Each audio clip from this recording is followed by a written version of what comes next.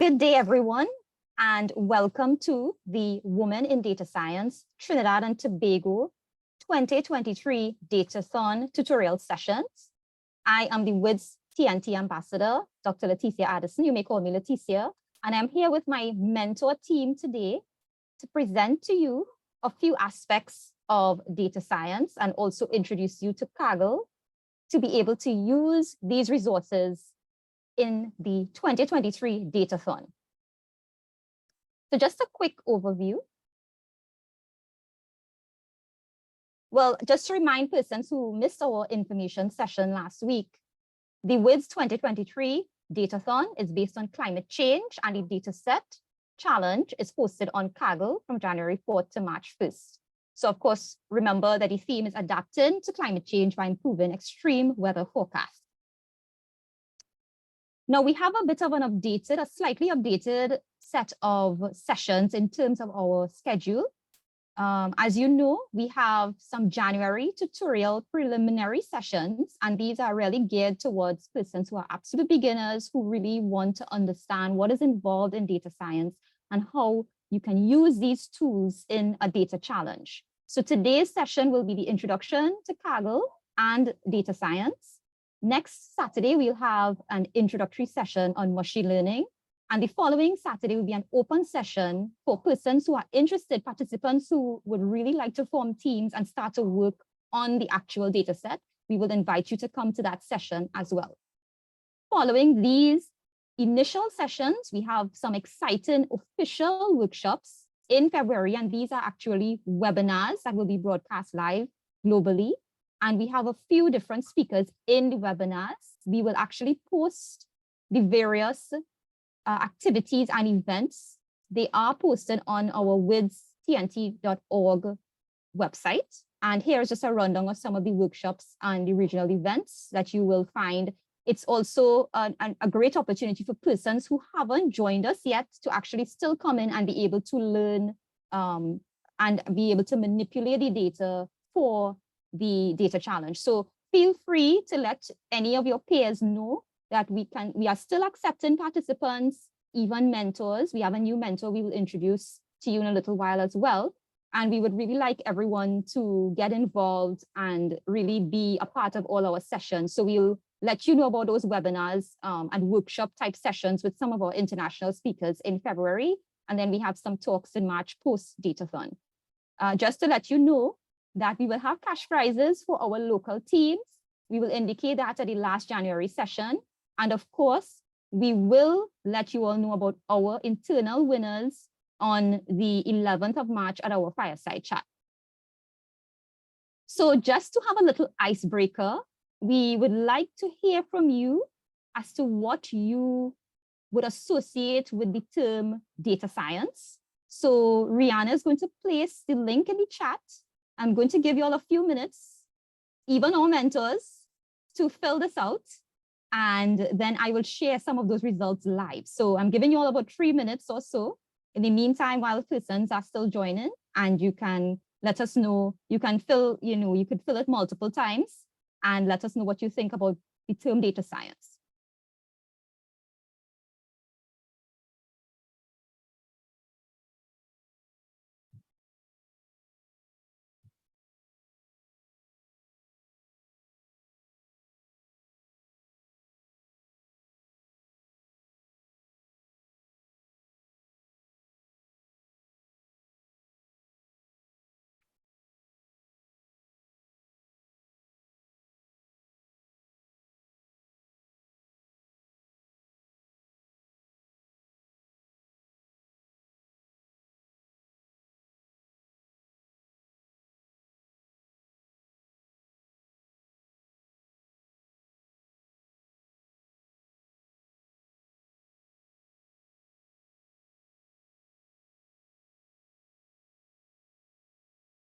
Is everyone seeing my screen? So I'm seeing some interesting, yes, I'm seeing some interesting, excellent. I'm seeing some interesting terms so far. Just to let you know, this is a word cloud, for those of you who may not be familiar. And you would recognize it keeps shifting. Let me give you all a a few more minutes to see who else wants to jump in and add anything else. So is that I'm seeing things like storytelling. Someone put vague. I see data analysis, predicting future data, machine learning, insights, innovation, improvement, Stack Overflow, actionable insights. Very good. I'm really pleased to see the kinds of thoughts you all have on the term so far. And if you aren't aware with the word, with the data, the word cloud in particular, the larger words actually allow you to recognize which ones were said the most. So if I'm not mistaken, I'm seeing math, machine learning, and prediction seem to be around the same size and font. So I think that is a lot of you would have mentioned those terms. So very, very nice. I'm happy to see some keywords there. And it will keep shifting as we go along, someone a bit confusing, and that's fine. We want this to be an open forum, and I'm glad I'm seeing things that people are saying in an honest sense, because I think this is the opportunity for you to actually understand what is involved, what kind of learning curve, what data scientists do on a daily basis. So very, very nice. Let me stop sharing and return to the presentation.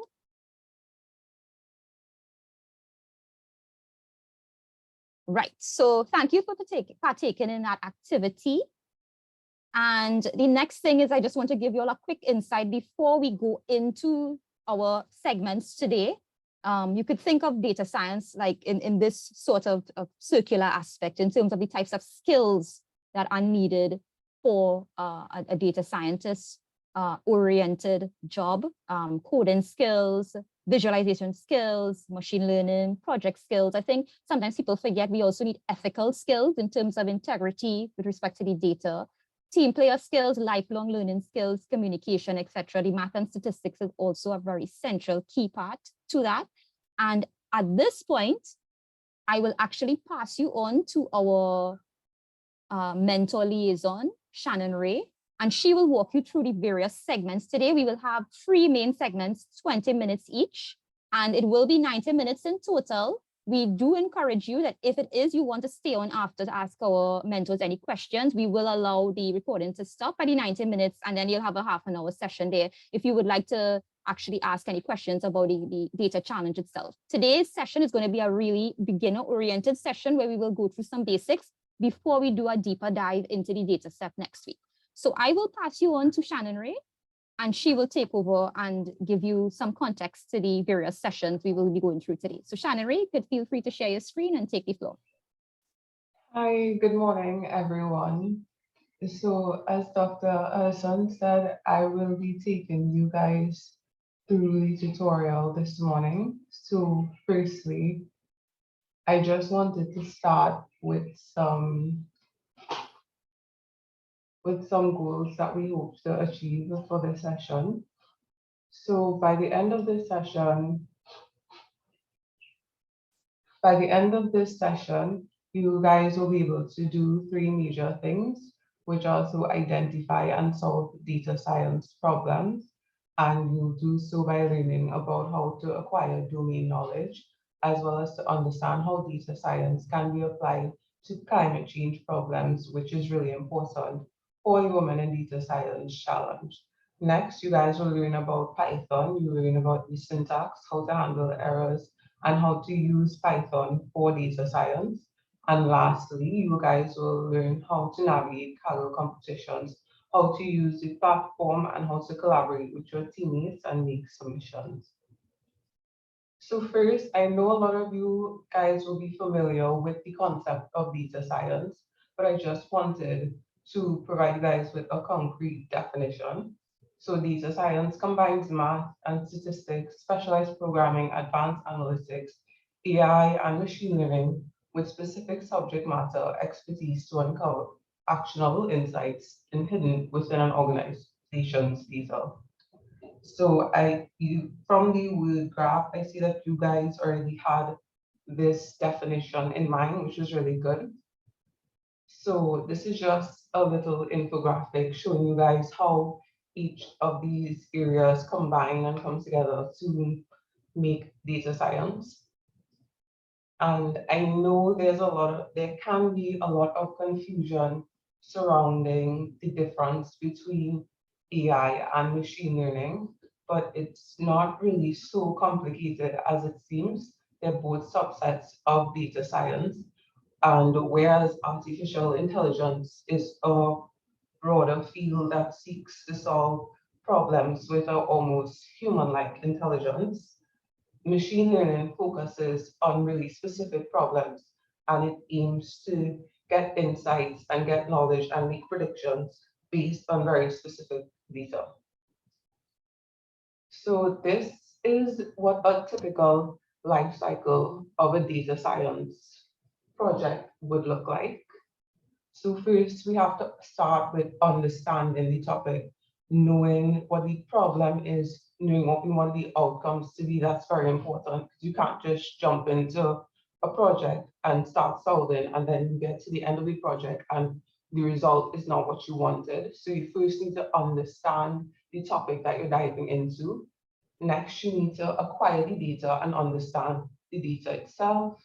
Then you need to prepare the data as well and prepare the data. So you need to clean it, you need to maybe transform it. All of these things we will be going through with you guys, so don't worry about that. Next, we'll model the data, evaluate the model, and maybe go back to step 4. You know, within a data science project, we might do steps 3 to 5 numerous times to get the best outputs. And then lastly, we can deploy the model. So today we want to start by talking about how do we gain this domain knowledge? How do we understand what the problem we're trying to solve is? So I'm going to play a video for you guys, which will go through this. Just give me a sec here.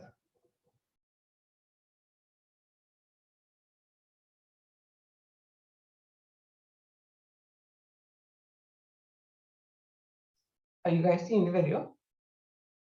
Yes, we see the screen. Okay, great.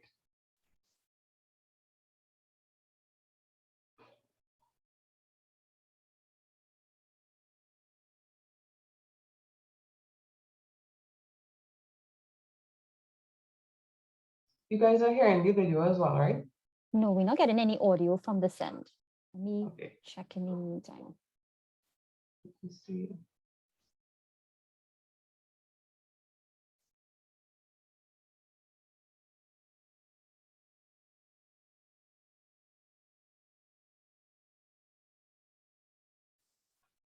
So in the meantime, we're just going to check on those Are you guys technical. hearing me Right. now? Okay, excellent. Yes. So you could go back to the start. Right. Yeah, no Excellent. problem. Yeah. Good morning, everyone. My name is Mercedes Kwame, and today I'll be presenting on research related to climate change. This presentation was prepared by me and my colleague Shankar Ramharak, and the idea here is to give you a broad overview of climate change as it relates to the WiDS Datathon challenge for 2023, but also to give you some general information on how you could go about gathering domain knowledge for whatever data science problem that you might be working on. So I'll give a quick outline of how this section is going to go. We will start off with an overview and give a quick introduction to the climate change problem in general. Next, we'll give a bit more context and talk about the role of data science specifically within the climate change problem. Then we have a section that I like to call How to Lit Review, where we'll give some general information about finding and evaluating reliable sources of information. And finally, we'll talk about approaching and working with industry partners who are also a really important source of domain knowledge for whatever data science problem you might be working on. So we'll start off with an overview of the climate change problem, since this year's challenge highlights the extreme weather events that are associated with climate change. More specifically, the challenge aims to use machine learning to improve short-term weather forecasts, and this kind of improvement is essential in order to better prepare for these kinds of extreme weather events. So we'll start off with a couple definitions of key terms. So weather, of course, refers to short-term variations in the atmosphere with time frames ranging from minutes to days, whereas climate refers to average weather over a longer period of time. And of course, climate change refers to long-term shifts in those temperatures and weather patterns. There are several sectors that contribute to climate change, including electricity systems, transportation, buildings and cities, as well as industrial operations and the health sector. Of course, there are also natural factors that contribute to climate change over time, but these are the main man-made factors. Next, we'll give a bit more context of the role of data science within the climate change problem. So we're first going to touch on electricity as one of the main factors contributing to climate change. So electricity generation, transmission, and distribution all contribute to climate change due to the heating caused by inefficient machines and poor allocation of resources.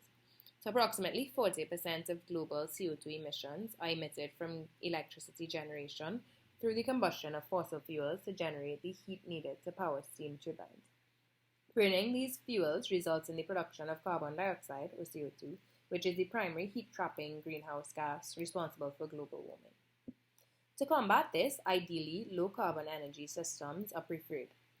So in a perfect world, low-carbon sources such as solar, wind, geothermal, and hydroelectric generation plants would be used. However, in the interim, while we're still using traditional methods, machine learning can help to optimize the dispatch of resources guided by load forecasting. This can mitigate the effects of the energy sector. So another major factor affecting climate change by way of carbon emissions is transportation. And decarbonizing transport is really essential to a low-carbon society.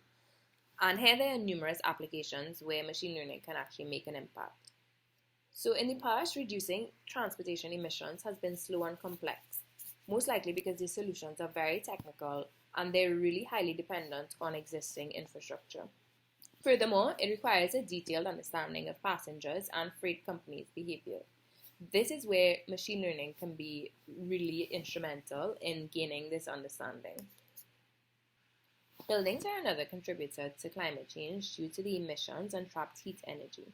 When HVAC systems, that is, heating, ventilation, and AC systems, become faulty, this leads to an increase in energy consumption at low coolant levels, causing the building to become inefficient. Furthermore, by using old equipment and inefficient electrical infrastructure, a lot of energy is often wasted. This, however, can be reduced by using smart building concepts such as lights that use solar technology, online monitoring of HVAC systems, as well as simpler approaches like designing the interior to exploit the natural airflow of the area via modeling and aerodynamic studies. So moving on to industrial operations, there are actually a lot of inefficient operations that can be targeted for improvement. One of these would be supply chain dynamics, which actually also relates to another factor that we mentioned, which is transport. So by optimizing supply chain dynamics, we can also reduce greenhouse gases caused by transport. The downtime and inefficiencies caused by faulty equipment can also be mitigated using online monitoring systems and designing fault-tolerant systems. Furthermore, similar to the carbon market in Europe, companies can be incentivized by introducing policies that reward low-carbon operations, such as selling shares of the emissions an entity can produce, which would be referred to as carbon stock. So healthcare is one factor which both influences climate change and is also heavily affected by climate change. So the dangers of healthcare arise when there are chemicals that form through emission mixtures in the atmosphere. But furthermore, rising temperatures and the consequential fires result in a plethora of breathing and cardiovascular problems, which may put a strain on the healthcare system.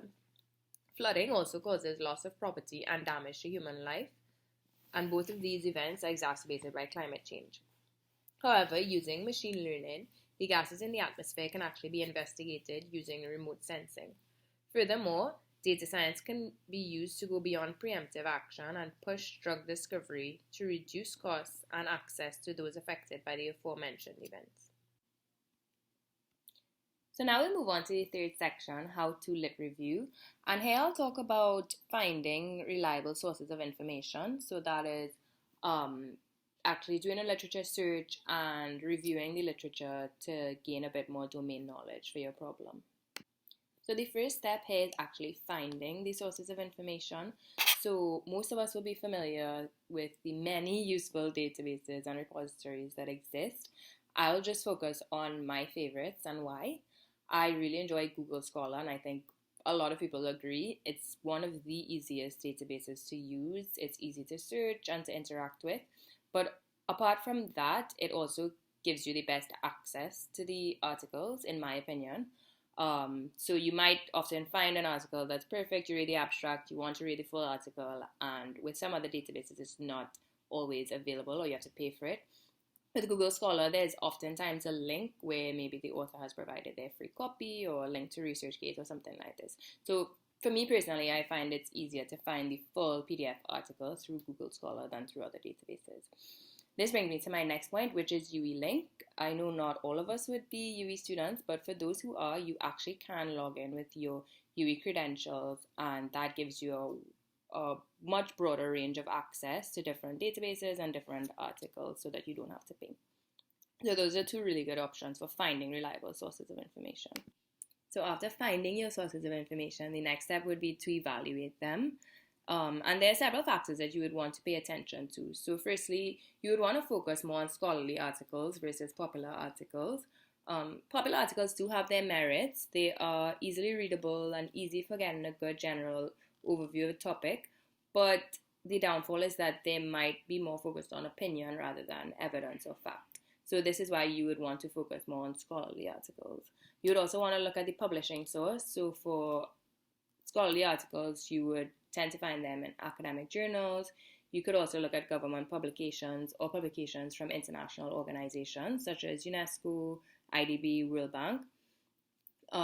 You'd also want to look at the content. So you'd want to ensure that you're looking at sources that have research and evidence-based content as opposed to just opinion.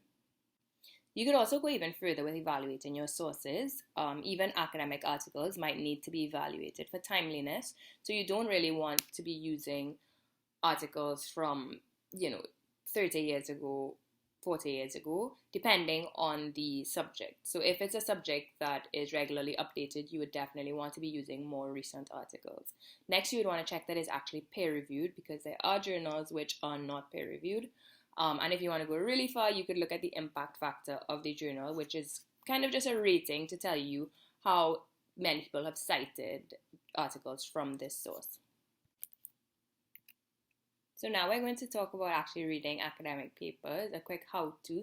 I know most of you have probably done this before and have your own strategies, but this is just a refresher or a quick introduction for those of us who might not have. So the primary reasons for reading academic articles would be to get a general overview of the topic, to identify factors that affect or are strongly associated with the issue at hand or the issue that you're investigating, and to identify methods or models that might be well suited to the problem at hand. So before you start to review the literature, it's actually really important to decide and know what you are looking for, as this will inform the types of articles that you choose to read, as well as your strategy for reading articles. So as I mentioned, types of articles, there are two broad types of articles which most literature would fall under. There's primary literature, which consists of experiments, surveys, case studies, and there's also secondary literature, which would be like systematic reviews, meta-analysis, narrative reviews. And both have their purpose. So if you're just looking to get a general overview of the topic, you might want to start with secondary literature. Systematic reviews give a really good broad idea of the state of the art or the state of the research in a particular area. Primary literature is better for looking into methods, looking into specific evidence, and specific results. So now I'll talk about the structure of an academic paper.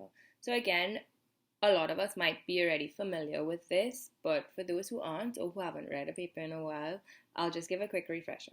So almost all academic papers will start with the abstract, which gives a full overview of the article. Then there would be an introduction section, which gives a deeper background into the problem, as well as the motivations for the research and the aims or objective of the current study. Then there's a method section, which gives details about how the study was conducted, so the procedure, the instruments used, very technical details on exactly what was done. And that would be followed by the results section, which details all the findings of the studies. So here you would find graphs, tables, all the technical results and findings from the study. Then there would be a discussion section, which would give an interpretation of the results.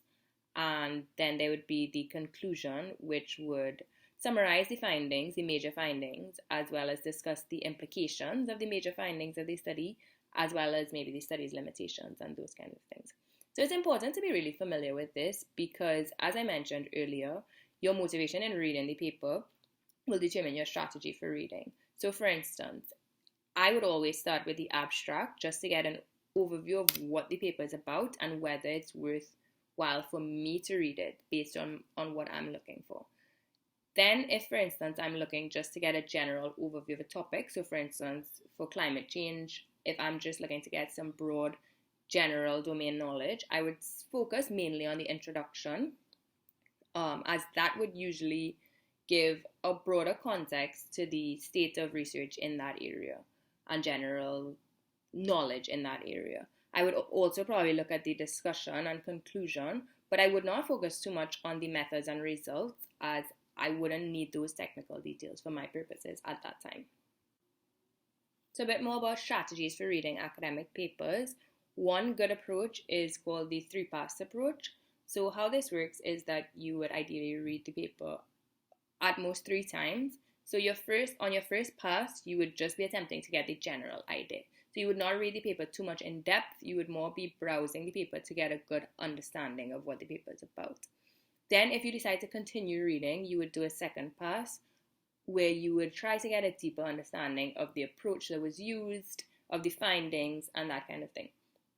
Then you would do a third pass. And the third pass is where you would think critically about the approach that was used and whether it was the best approach, what could have been improved, that kind of thing. Now again, depending on your motivation for reading the paper, you might not actually have to do 3 passes. You might just do 1 pass to get a good idea and then stop there, or you might do 2 passes. If you were reading it for something like a thesis, you might want to go ahead and do 3 passes. So again, based on your motivation is what would determine your strategy and how you go about reading the paper. So another strategy would be to start off with the title and determine whether or not you need to even read this article in the first place. So you would look at the title, determine if it's related to what you're looking for. If it is, you would then move on to read the abstract and the conclusion. And here you would look to see if the paper has clear-cut aims and objectives, a well-defined hypothesis, and if the conclusions are precise. And you would also think about whether the information presented is useful and relevant to what you specifically are looking for. If the answer to those questions is no, again, you would skip this article, you would not read any further, and you would move on. If the answer to those questions, however, is yes, then that's when you would decide to read the entire article in depth. And finally, an important part in reviewing literature is taking effective notes. So I myself have been victim to just reading papers and thinking that I would remember everything or making really brief notes.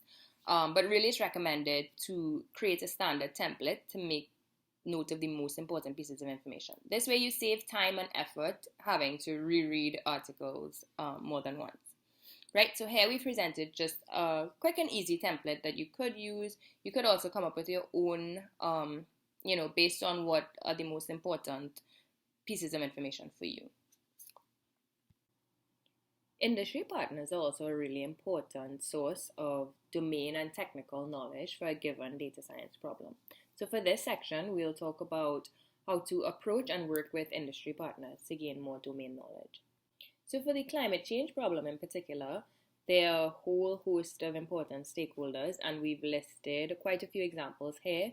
These include, for instance, energy companies, local building code officials, members involved in energy discussions, policymakers, and executives in environmental protection agencies, but also people such as engineers, policymakers, and managers, also stakeholders involved in agriculture, and many more. Another extremely important stakeholder for this problem in particular would be meteorological societies. So finally, we'll wrap up with a quick how-to on approaching stakeholders. So the first step here is you would want to research the organizational structure of whatever stakeholder organization you might be approaching. You'd also want to research the interests to see how well this stakeholder organization aligns with your topic, aligns with your interest and what you're trying to find out. Thirdly, you'll want to develop a strategy to get past gatekeepers, if there are any, and these would just be people for whatever reason are preventing or presenting a barrier to you accessing the stakeholders that you wish to approach. Fourthly, you'd want to create a pitch deck with a clear and simple outline of how you can critically analyze the problems. And you want to try not to waste time here. So if your questions or discussion points are poor or not well organized, the responses will also be poor and you would not acquire the knowledge that you are really looking for. Finally, you want to end the discussion or the interview by clearing up what was said and by making notes of any key performance indicators of interest that would have been identified. So that brings us to the end of this presentation on how to acquire domain knowledge for your data science problem. We would like to thank you so much for your attention and wish you best of luck in the competition. Bye. Okay, so I would like to thank Mercedes and Shankar. That was an extremely cohesive presentation, very comprehensive. I don't know if any of you all want to share any thoughts on it, any of you all have any comments.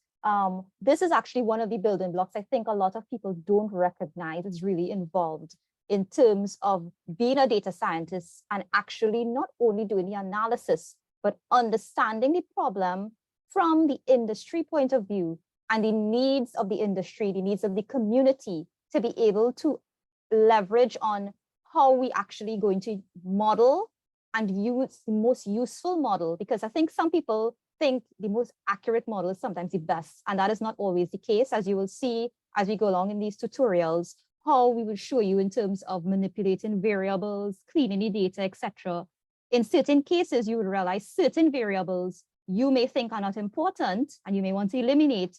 Your stakeholders may actually say, no, this is of importance to us and we have to keep this in a model. So it's very, very important. And I would like to thank our two exceptional mentors for that very comprehensive presentation, to give you an idea of the fact that all of these units work really hand in hand. The business problem works hand in hand with the machine learning problem to actually come up with a solution that is really beneficial for the community and for us globally.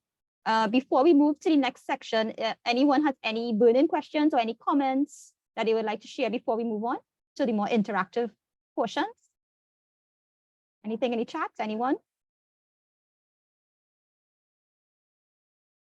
Okay, so even if you don't have any questions now, you know, at the end of the session, you could feel free to let us know what questions you have. I think we have been really edified at this point, and I hope you are excited now to jump into something that is a little more interactive. So I'll pass you back to Shannon Ray, and she will proceed with the next session. Okay, so for the next session, I'm actually going to pass you guys over to Mindy, who will take you guys through an introduction to Python.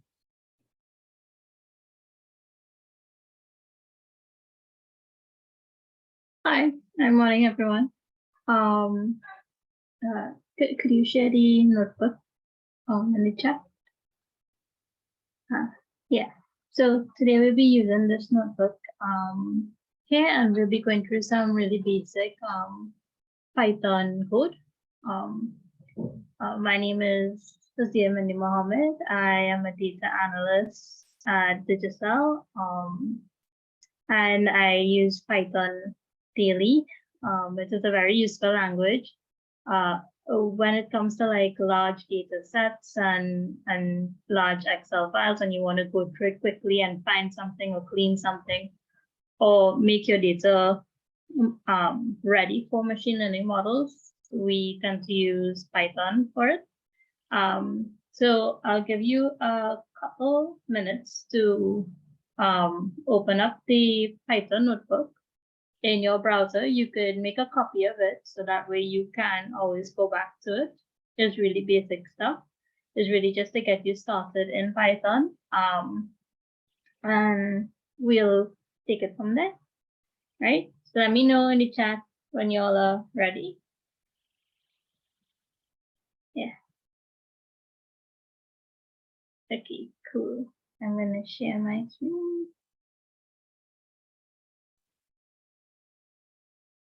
Right.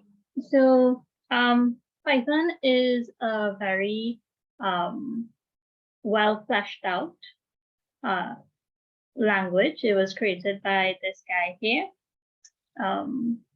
Van Rossum in 1991, and it really emphasized itself in code readability, so it's very user-friendly, and it allows you to do a lot of different small operations and processes on really large data sets in an efficient way.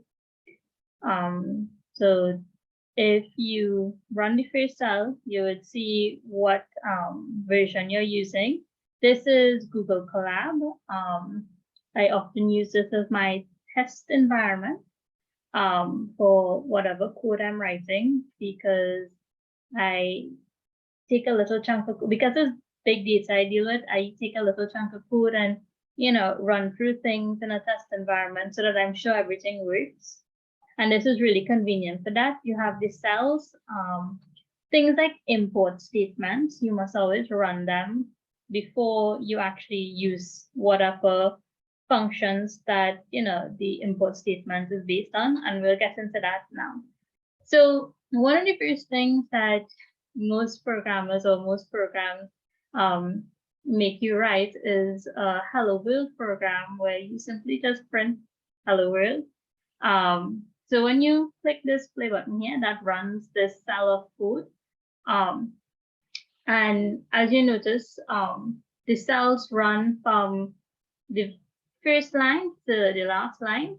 So here it runs consecutively. So here, if you run the cell that says print first line, print second line, print third line, you'll notice that it prints in the same order as the lines in the code, right?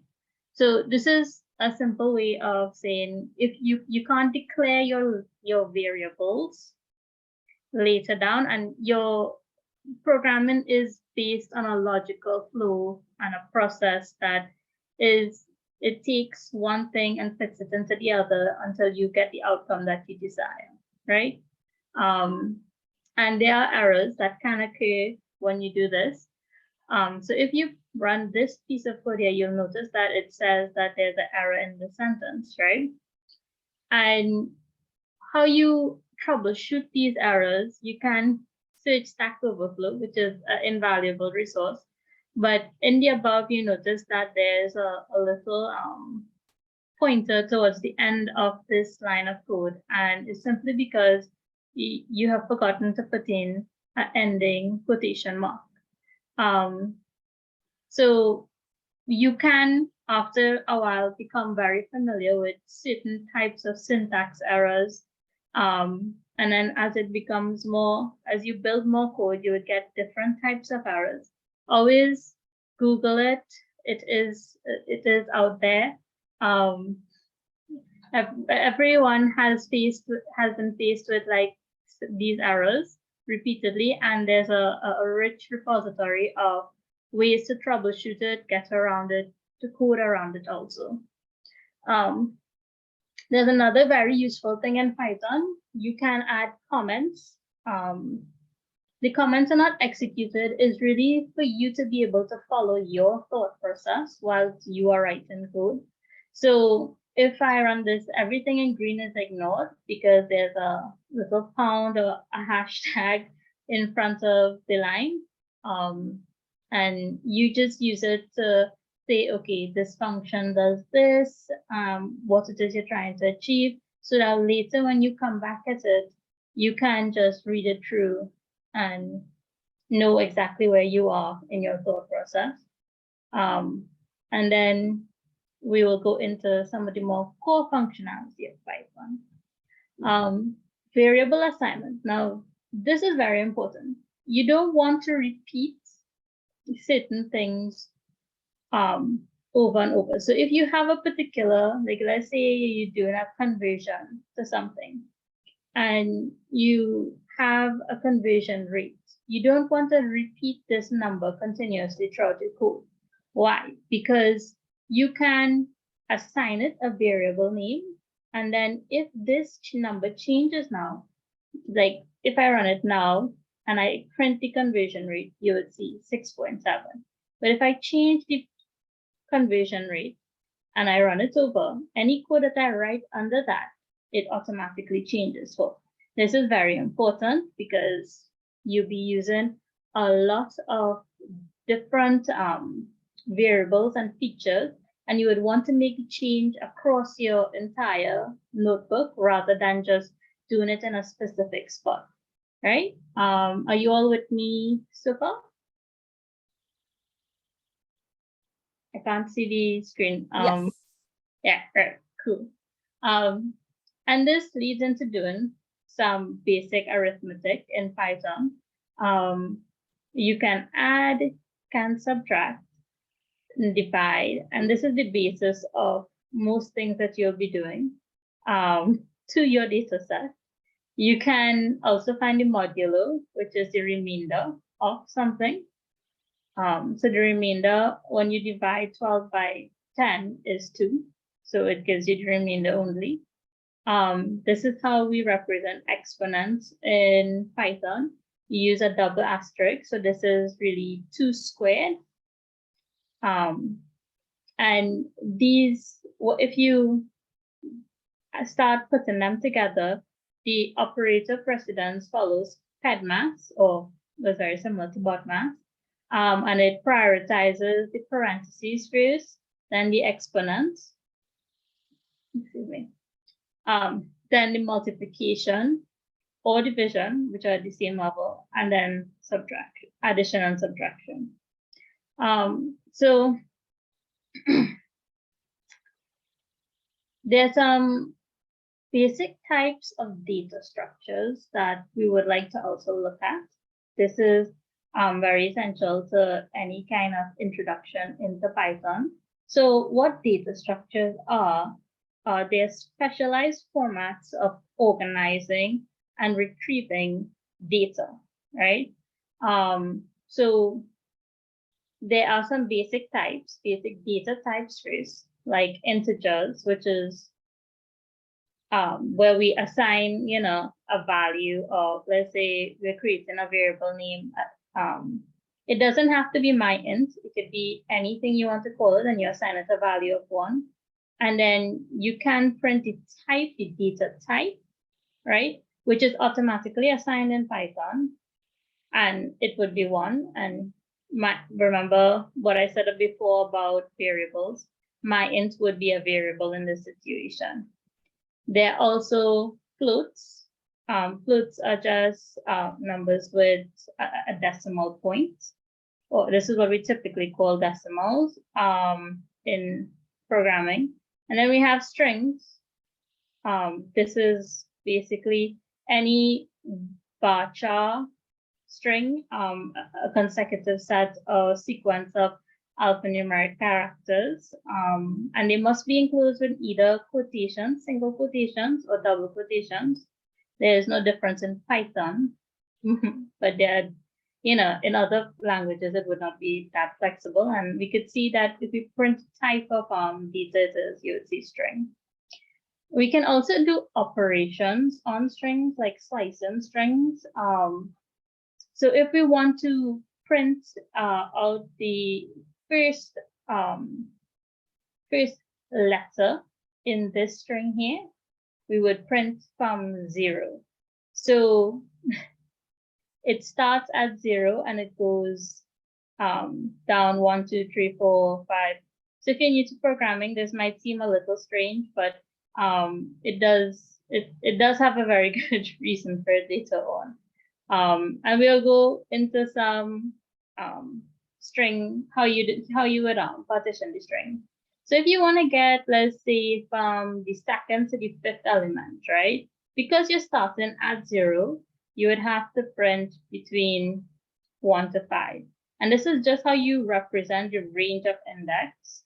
You separate it with a colon, and you always put it in between square brackets. If you use any other brackets, you will throw an error.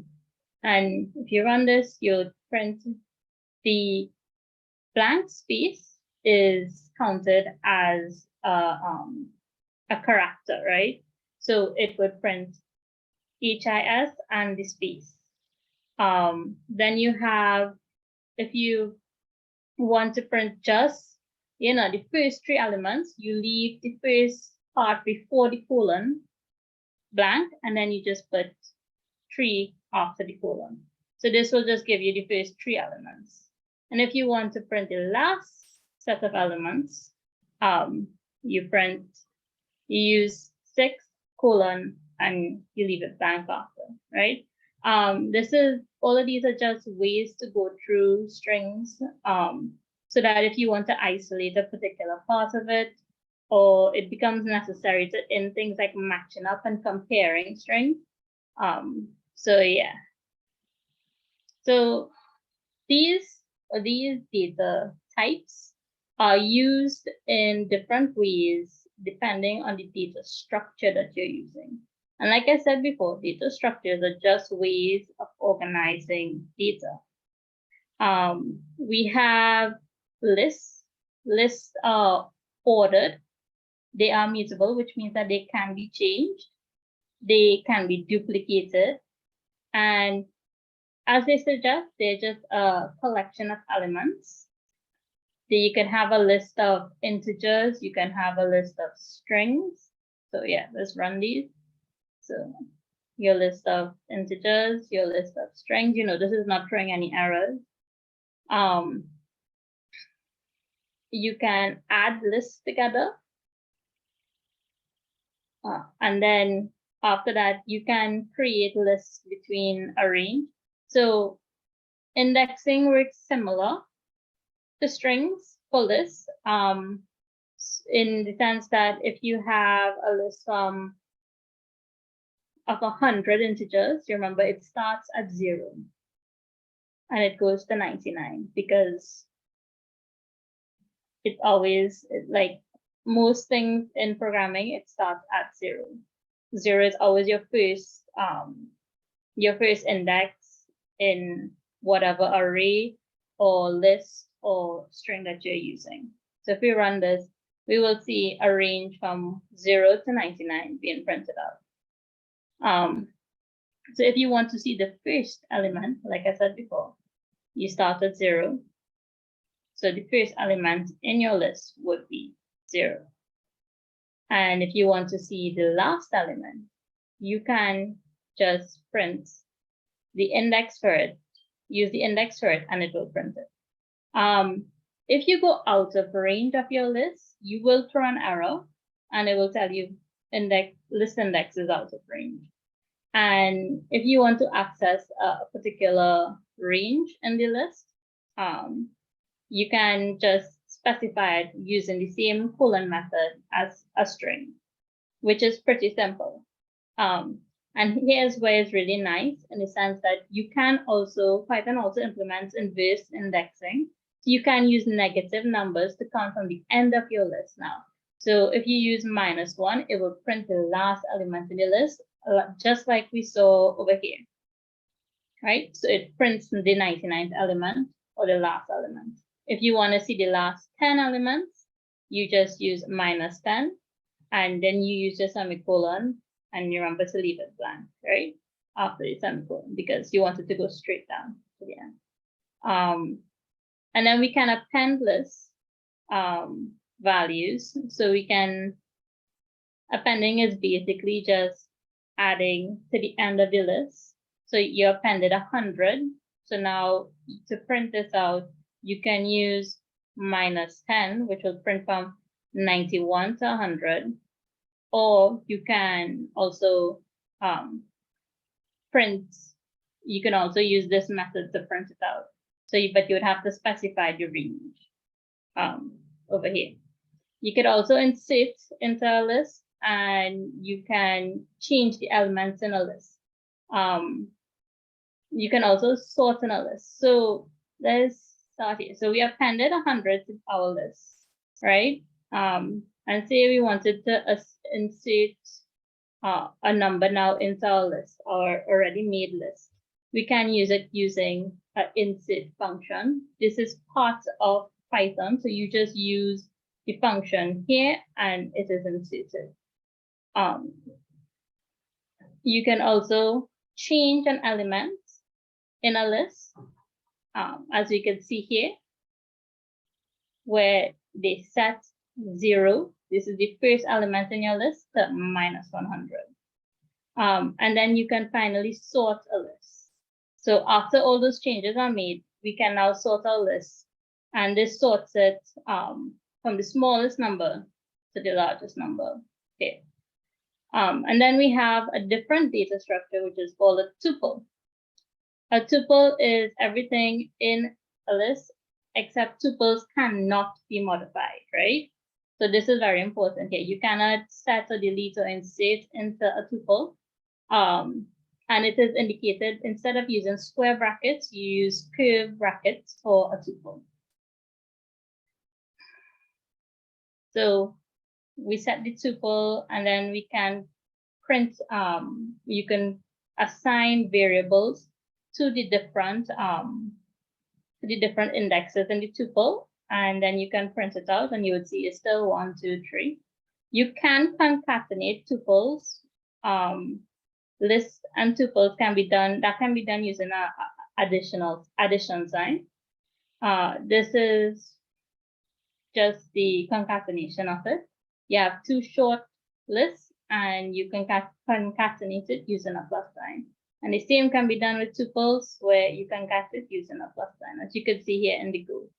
And then we have a dictionary, which is really unique keys mapped to values. So you have unique keys here, A, B, and C, and the values here. So for your dictionary, right? Okay, so this is where I did not run this first. So I did not assign the values in my dictionary.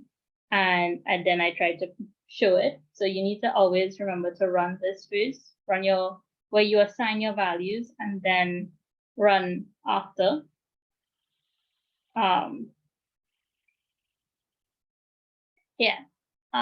So you can see it here, where now we see all the values for your dictionary. So you can go through the data structures part of it. I'd like to touch a little bit on the conditional statements a little bit. So before you go on, Mindy, does anybody have any quick questions for her based on the first section? Any quick questions, any comments, anything? Are you all able to run the code and follow along with her? She has some really great information here. Any questions? Okay, great. Mindy, you could proceed. Yeah, so conditional statements are really important. So let's say you want to generate a random number for our experimental value, for me to show you this. So we generate a random number between -10 and 10, right? And then you want to make a conditional statement. You want to find out if the number that you generated is above 0, below 0, or if it is 0. And it is, because we know up here it is -4, we know that that is below 0. So this here, we bucketed the information that we previously got, right? This is a conditional statement. We made conditions, and then we made buckets, and we were able to classify the data that was assigned up here based on these buckets. This is a very useful tool. You would find that most of the things that you want to do programming-wise is about bucketing data and analyzing data, and key statements become integral to that. So then, any questions about bucketing data using if statements? No? Okay. And then if you go down into the notebook, you'll also see if your random number is equal to 0, print is 0, right? So, and if it's not equal to 0, it will print after it, right? So because we saw that it is -4, we know that it's not equal to 0. Once again, this is just a way of bucketing it. And this is an if-else statement in the sense that we check if this is true. And if it is not true, then this happens, right?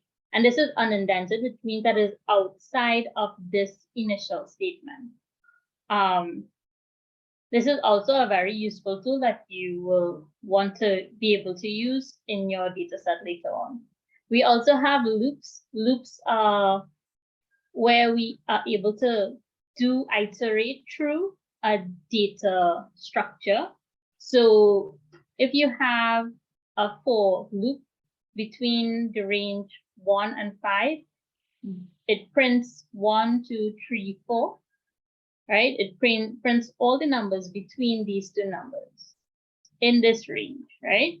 While loops are very similar, you can print while I is less than 5, and every time it prints this, it will increment I by 1, so it goes up 1, and you will get it up till 4 simply because if you add 1 after 4, it becomes 5, and that is not that. This is the condition while I is less than 5. And yeah, you can go through the rest of this notebook. It explains everything to you. It is a very soft introduction into Python, and there are Python resources that you can use to build your familiarity with it.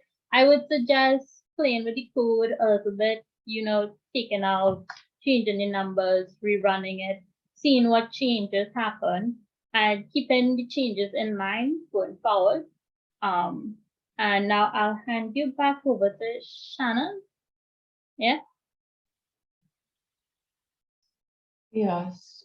Does anybody have any more questions on this section?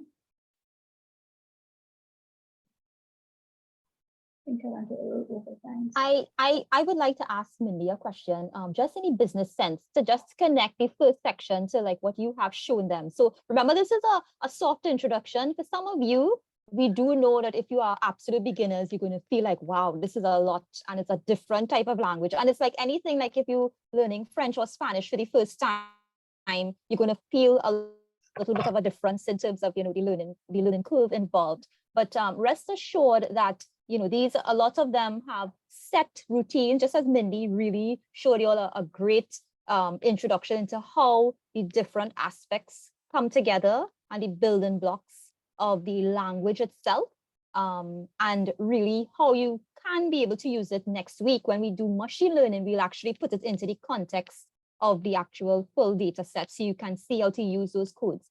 Mindy, could you tell us, like in your job as a data scientist at Digicel, how you find Python is useful in terms of when you write coding, what specific tasks you find it most useful for in the business sense, if you could share. Sure. So these things might look very simple, right?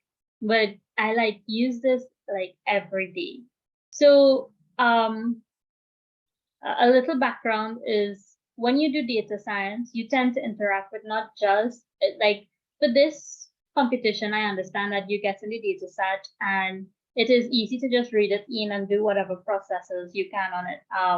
But in industry, what happens is we pull data from some sort of database, and the database sometimes you can check the integrity of the data that you have in the database, but most times real life data is very messy. It misses a lot of things, and these simple things like being able to look through your data and check, okay, all of these strings, did someone accidentally put in numerals in this feature or this column, and you have to go through and check each column afterwards. And you're not talking about like one column, you're talking about like 10, 20 columns, and just being able to programmatically do it makes it much easier. Another thing that Thank you for that, Mindy, and you make some excellent points. I would like to touch on the point Mindy said about the data in real life is very messy. She made a key point there. You would notice when we do go into the competition aspect, the data will look fairly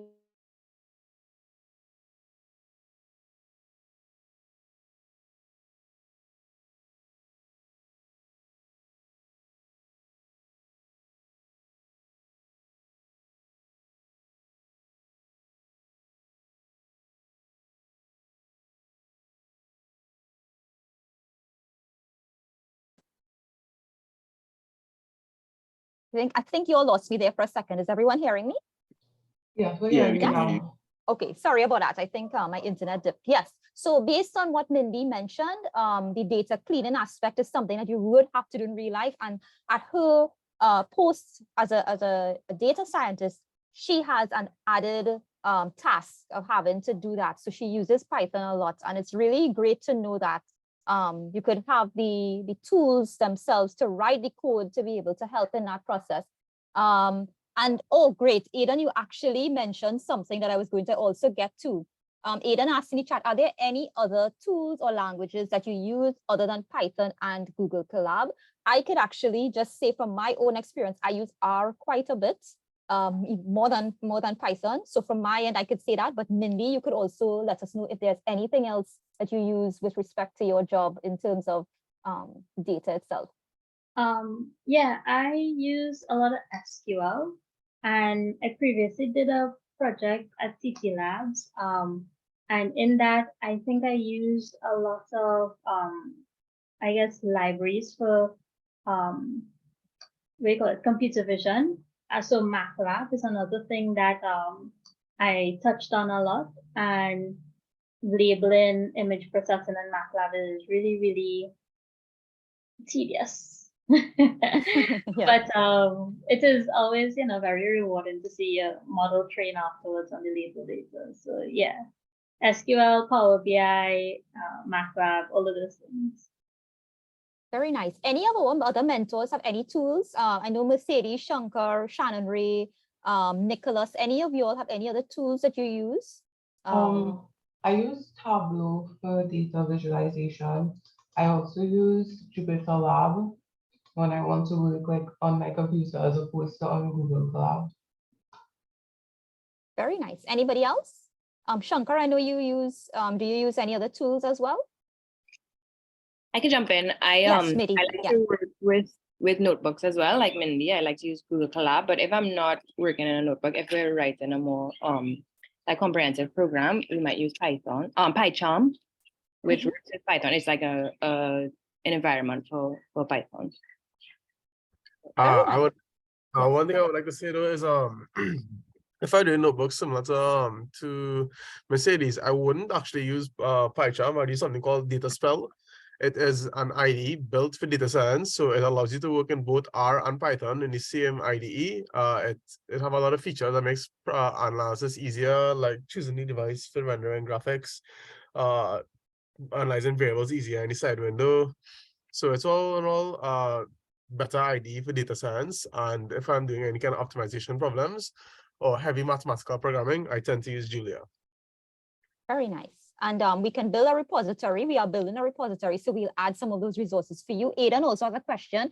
I have never used this, so I can't comment, but JetBrains DataSpell. Anybody else has used this? Aidan, you could probably. Yes, Shankar. Right. Okay. Great. And then if anybody else doesn't want to jump in, I will just tell you from my experience. I know we have some social scientists in the room as well. Do not feel like you cannot use SPSS for some of your data analysis. It's a really great tool, the statistical package for social sciences. And also some of you would be familiar with R as well. I know the computational abilities of SPSS may be a bit limited in terms of the size of the data sets, etc. But don't feel that you're not also data scientists in that way. And let me be very open with you about Excel. A lot of people don't realize Excel is an extremely amazing tool. Just to start with, I have found over the years that I use Excel as a complement to all the other programming tools that I use. A lot of great visualizations, a lot of great internal insights and initial insights from Microsoft Excel as well. So you have a foray of tools that you can use at your disposal in the beginning. And I'm really great to have that conversation going with you all. So we will be sharing our building, our growing repository of resources. So, and feel free, any of you who have your own industry expertise and would like to share additional resources and tools that you use, let us know and we will add it to our repository for our community. So thank you very much, Mindy and Mentors for that conversation. So Shannon Ray, I'll pass it back to you and you will talk about the last segment of the day. Okay, so For this last bit of the tutorial, I wanted to go through a tutorial on how to use Kaggle. So first, I'll just play a short video. So the Titanic data set is just like, it's a practice data set that a lot of people use when they're first getting into machine learning. So this video is just going to take you through an introduction to the tutorial, and then I'll show you guys a couple of things on Kaggle itself. Have you ever thought about You guys are hearing the video, right? Yeah. Yes. Yeah. maybe entering a Kaggle competition, but you didn't really know where to start, or you felt a little nervous, so you went to the site and there's so many things and it was very overwhelming? Don't worry, I've got you covered.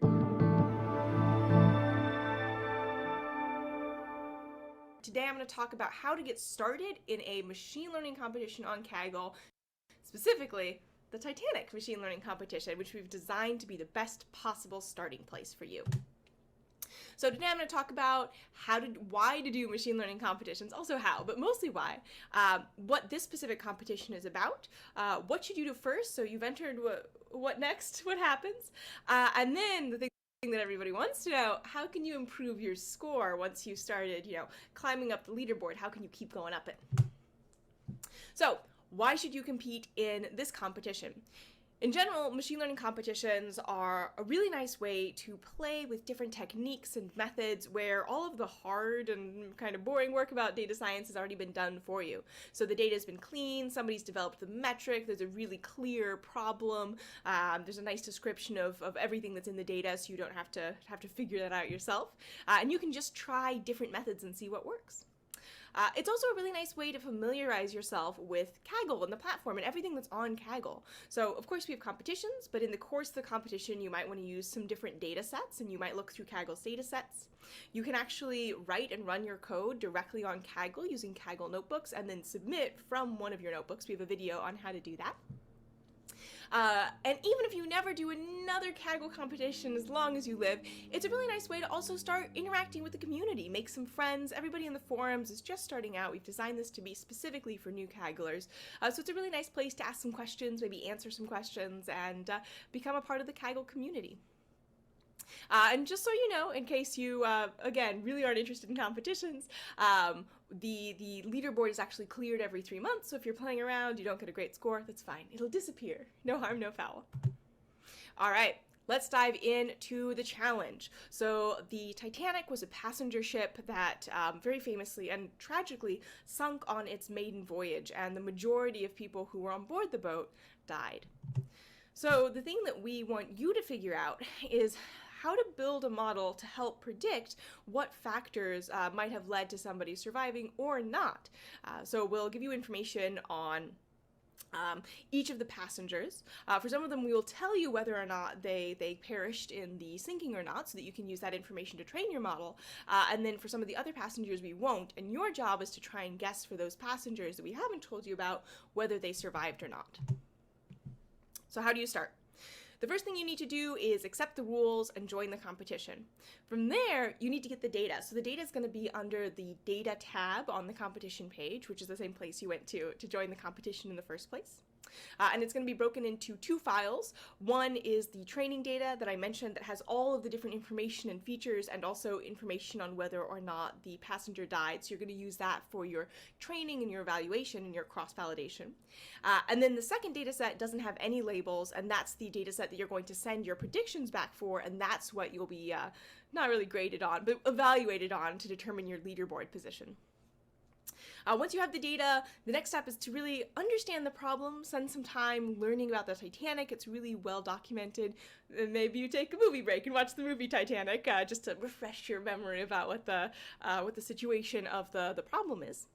And then do some exploratory data analysis. Are there missing values? Are there skewed fields? How are you going to deal with these things?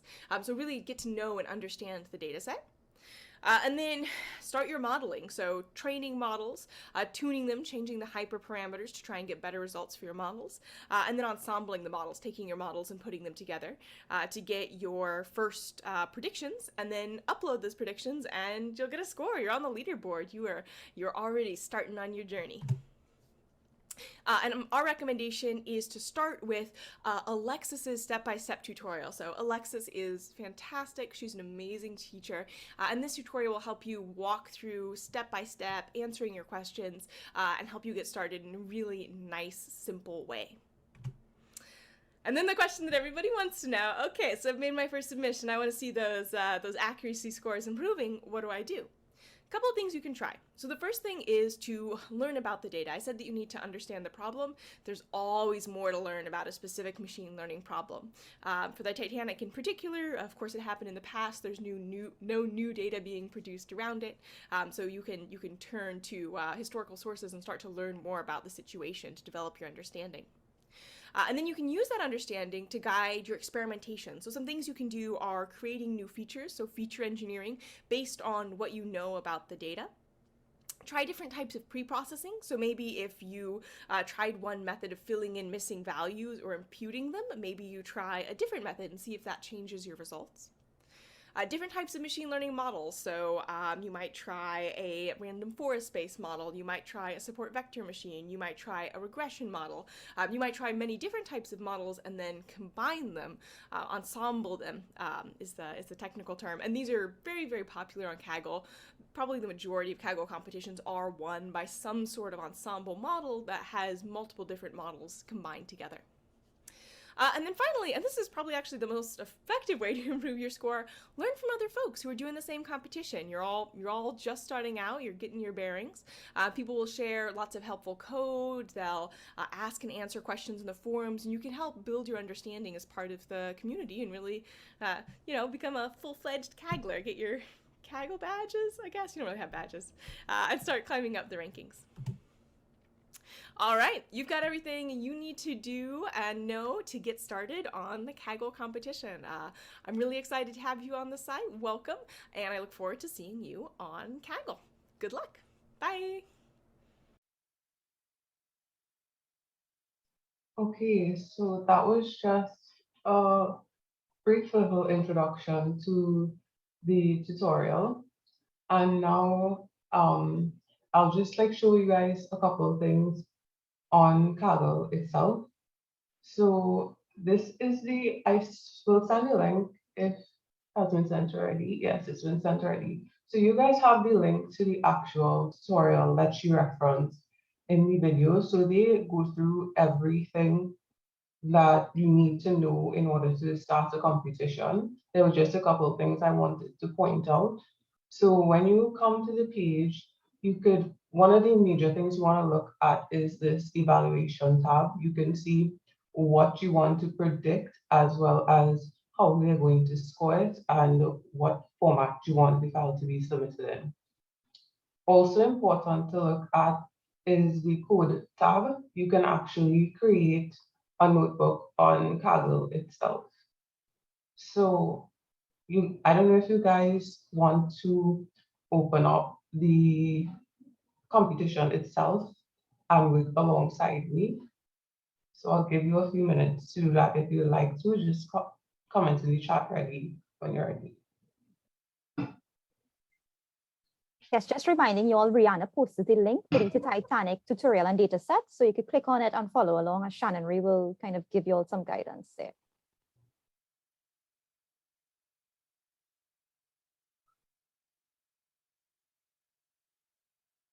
Everyone ready? I think everyone has it open now. Anybody has any problems opening the code?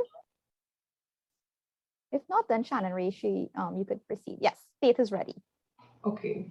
So when you guys open a new notebook, there are a couple of things you want to look at. You can change the name of your notebook up here to anything that you want. So I'm just going to name it practice notebook. And when you first open the notebook, you will see a cell here already for you. So what this cell does is it shows you the location of the data.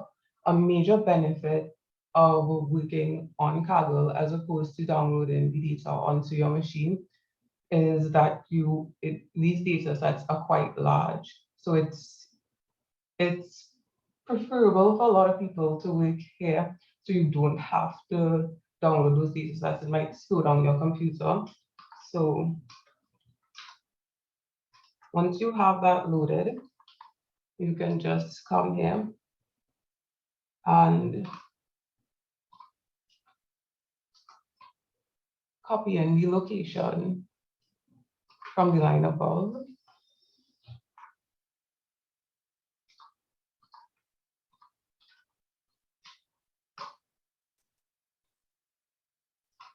Let's see.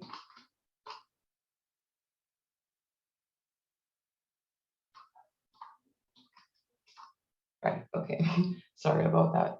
So you can see that you have the data loaded here for you already. So you will be able to build out your model, do your EDA and everything right here on Kaggle without having to download the data. Another benefit of working on Kaggle is that you can collaborate with your team members right here. So the only thing you need to know is their Kaggle name. So you could just put in their Kaggle name here and share it with them, and they will be able to edit your notebook and you will be able to edit theirs. Important to note is that you have to save the notebook before they will see your changes. And yeah, so but in a nutshell, this is what the Kaggle notebook looks like. You can also work on Google Colab or any other IDEs that you would like to, and just upload your submissions that way as well.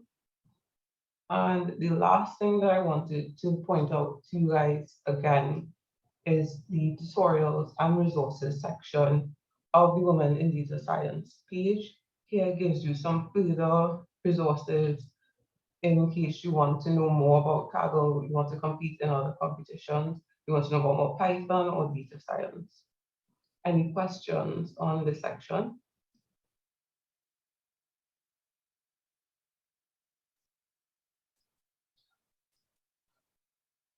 Shannon Ray, I would just like you to also show them, just to give them a briefing in terms of the resources. There is a beginner tutorial that DeepNote has posted on the same page with tutorial and resources for the WiDS Datathon 2023. And we're going to be working a lot with that when we go into the machine learning aspect next week. So could you click on this one? Yes, the DeepNote introduction. So we would advise you all to kind of get up to speed on some of those resources we touched on in this tutorial here today, to kind of help you all to move along with, because you will have a lot of the code at your disposal. You wouldn't be reinventing the code. It's really for you all to understand what it's doing. So DeepNote, if you could scroll down, is really a collaborative notebook similar to what Shannon Ray just showed you all in, just scroll up a little bit, don't go too fast. Good. Oh, yes, yes. So you would notice when you go into this tutorial here, you would see, go up a little more, further up, right, that you could see that they give you some examples of what you do, what you can do in DeepNote. So you can use basic Python. You can also use SQL or SQL, as some people say, for those of you who are interested in that one. And there's also a no-code approach to analysis here.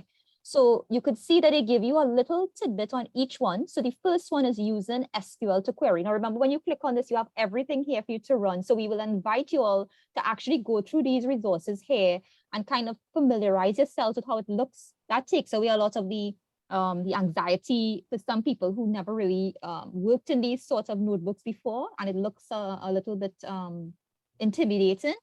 So when you come to these specific sections, you would see, if we scroll down a little more past the use SQL to query, what we'll be focusing on is using Python to explore your data. So just as Shannon Ray had just shown you all in this section here, you could see, like she mentioned, the data frame, and then you have the code with importing the tools, right? Go back a little bit, right? Stay right here, right? So therefore you could see how the columns are for the specific data set, how they imported it, all the code that Mindy also mentioned initially. And that's what we'll be going into in terms of exploratory data analysis, which is kind of looking at the specific columns. A lot of you may have seen on the Datathon website that they actually have a section showing you a similar format of columns here. I believe it's over 200 columns. So you could actually see specific columns if you want. It's embedded on that sheet. We'll show you that just now again. Scroll down again. Let's see what else. And then there's another section here using no code chart blocks to visualize your data. right? And they actually show you some code in terms of how you could actually, it looks, for some of you who prefer to see less code, you might like how this looks. Shannon, if you could scroll down a little bit more, you could see some tabs where you could actually click right here, like line chart, you could click the specific chart. And I think some of you might be breathing a sigh of relief and saying, oh gosh, this looks so much better, right? So there are different things to actually align with your different areas of interest. We know that some of you all may or may not continue on to the competition aspect, but we would like you all to actually consider it, because we will have your mentors giving you all a little bit of a deeper dive, specifically for persons who actually are interested in participating in the challenge itself. One more thing I wanted to indicate on the right-hand side, Shannon Ray, there's a beginner level on the notebook side to your right. If you could click on that one, or actually scroll down, you'll see that. Yes, same one, yeah, the beginner one. Some of you may want to look at the intermediate, but a lot of you, right. So the exploratory data analysis for the beginners, I know Mindy had really mentioned to you all in terms of the actual, what she does in her daily job. She has to go through this specifically with data sets. I don't know if I could speak for her, but I know a lot of the times the exploratory part and the data cleaning and these other aspects take up majority of the time. You might find yourself 70% of the time doing that, especially depending on the type of data. Luckily, in this competition, you may not have to do too much data cleaning, but you would have to explore the data, and you may see specific parts of the data that you may have to do specific transformations or operations on. So this is actually a great resource to start with, to as I don't want to say homework, because you also feel like it's a class, but you can look into this specific notebook to help with next week's tutorial on machine learning. Because here, Shannon, you could scroll down, you could get, they actually give you the specific guidance right here. So you see the first one is removing nulls from our data set. And you could see that word NAN. If you look in the second column there, you would see some of those have this NAN term. So that means that there were null values there, there weren't any values there. So you may want to actually scan the data, because remember, machine learning is actually, as it says, learning from the data and actually doing things to make the data set more presentable and help us to create a robust model in terms of whatever social impact that we're trying to achieve. So we want to start with things like that. You want to scroll down a bit more again. So we give them a touch of the information here. They have all the code, just as Mindy had shown you all. These are the specific codes for this data set. So you're not really reinventing the wheel in any way here. You're just actually running the codes and seeing what's happening. And I would invite you to do that, because a lot of the times when you do it personally speaking, as opposed to just watching the actual tutor do it, it actually, you learn a lot more. And I always do that in webinars as well. And could you scroll down just a little bit more? So we could just give you, right. So you could go down a bit more now. So right. So describe any column statistics. Yes. Go past that. And we have other things like reshaping the data, the different types of data, etc. And then coming down to the last few segments in this page, you would see the different types of data and of course the charts and the next steps, right? The one last thing on this page I wanted to indicate, Shannon Ray, is is there a notebook at the end? Head over to the, yes, beginner notebook. So in this way, you could actually, right, sorry, this is the same one. I thought it was something else, right? So you could look at the intermediate. We wouldn't go into the intermediate now, but we wanted you all to kind of use that. Well, if you want, you could click on it. Let's just show the intermediate persons. This is actually something else we will be looking at when we go into our next session, would also be the different types of machine learning models. When she spoke of the Titanic data set, she spoke a lot about some terms that some of you may not know. I think most people may be familiar with linear regression. If not, that's okay, but that's one of the types of models we be looking at in terms of our data sets. And then we have, of course, I always like to show people these pretty graphs that you could create, these visualizations. Visualizations are actually a huge part of the process. Machine learning and data science and all these areas, it really is a key component, because you want to actually see how the data looks. You would notice that just looking at it in a column doesn't tell you that much. I also wanted to indicate that you see some little graphs above the columns in blue. Those are actually showing you the spread of the data. So you could see the spread of the data. You could see if it's symmetric. You could see if it's biased or skewed towards one side. And that could give you some indications of if there is anything you need to transform there. So that's part of the next conversation we will have.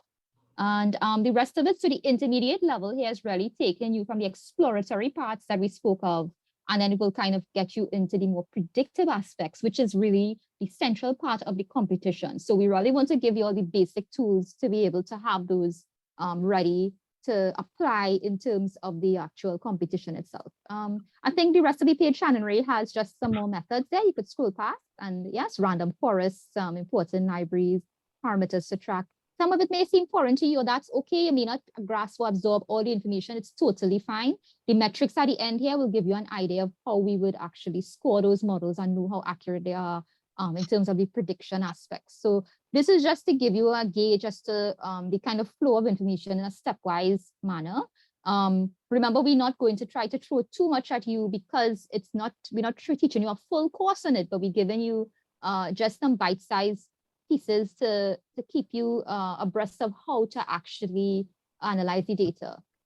So at this point, before we go into questions, I would also like to let you know that I mentioned before the team is creating a repository of links. You could feel free to give us any links that you think are useful.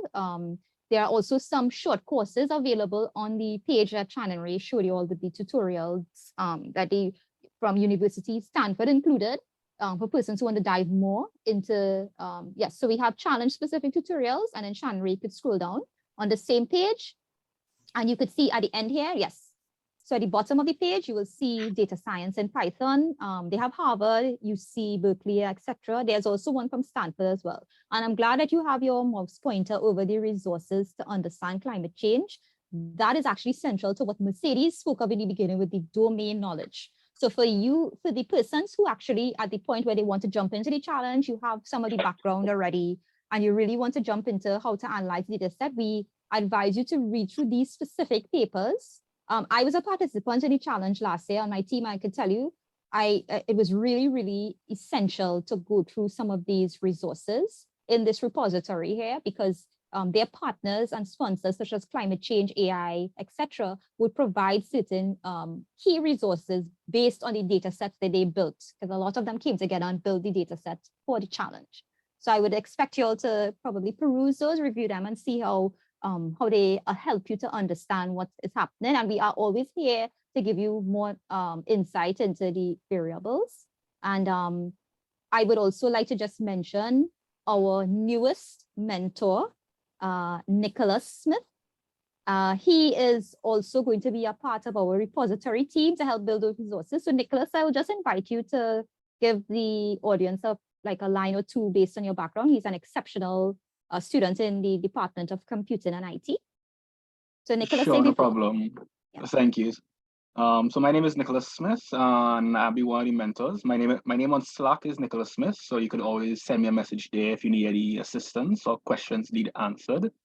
I'm in my final year of my computer science degree at University of West Indies, and I have taken a nano-degree course from Udacity in artificial intelligence with Python using neural networks to create an image classifier as the final project.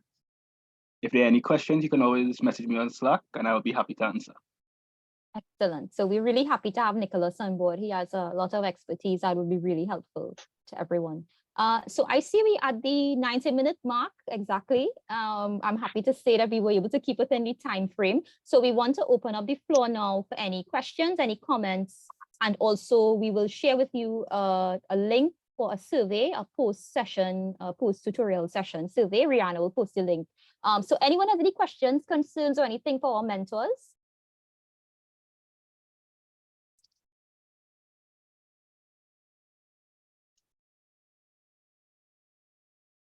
So we would, in the meantime, just please fill out the feedback form. And we would also like to let you know that we post the notifications in Slack based on the specific recordings and resources. If you are not seeing any notifications, either check your spam folder or let us know. so we could see how we can rectify that, because we would like to have that community building within there so that you all could share with each other. And just know, we would like to start, would like you all to start thinking about team formation. Some of you may be more advanced. So if you have already have a team in mind, let us know. But for those of you who may not have a team in mind, we will actually pair you and put you with mentors in groups of 2 to 4 so that you will have a mentor leading you. So remember, not everyone will be working on the same aspect. There may be some of you who will build the domain knowledge and share it with the person who has more machine learning knowledge. So we actually going to, this is from my personal experience, that was best for me and my team last year. We had persons with different skills. So we don't expect everyone to be on the same level in terms of the data science related knowledge, in terms of the modeling aspects, but we would like to invite you to partake in any teams in other aspects that could help us. And just to build those soft skills with the, the actual interactions and communication and really having a great, it's really a fun experience, I would say, from my own personal experience. So we can be available for the next about 20 to 30 minutes. If anybody has any burning questions, I think at this point, I will hand you back to Shannon Ray if she wants to make any closing remarks.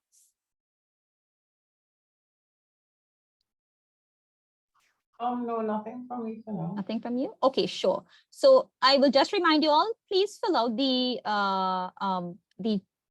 actual questionnaire, and if you need us to stay back, we will just stay back a few minutes. If not, then we really, I would like to say on behalf of my team, I am very happy to see such a great attendance. Next week, we will actually have, I will actually send out the notification about next week's session. We will send you notebooks, and then we will have an interactive session for you all again, where you will be doing a lot more of the hands-on, sitting down and running the codes and then letting us know how you feel about that process. So stay tuned for those notifications. And if there are no questions or closing statements, thank you very much for joining the session today. We really appreciate it.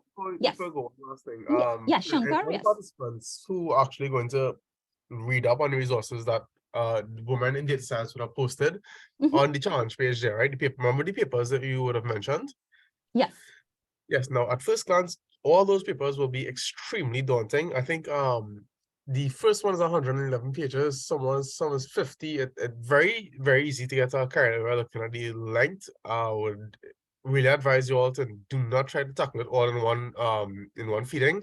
Instead, please take careful note of what Mercedes said earlier and split it into pieces and be very critical in what you're looking for. Do not be overwhelmed by the amount of information because it's a small font, single column, and it is very daunting for beginners. So please take it one step at a time and do not feel overwhelmed. It is scary and it is your first foray into data science, but take it one step, make notes, and at the end of the day, it'll get done eventually, just not as quick as you might originally have thought.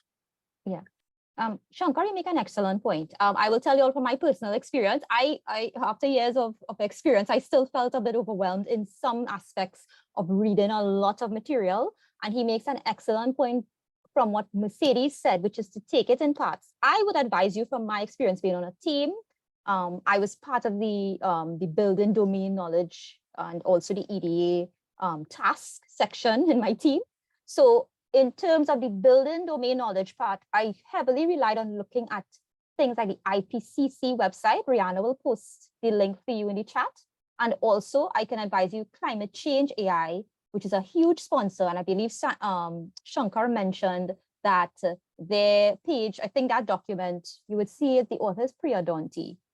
She actually is I think she's the chairwoman of that organization. They have a lot of different sectors that Mercedes mentioned, like the electricity sector and all these different sectors within that one document, hence why it's so large.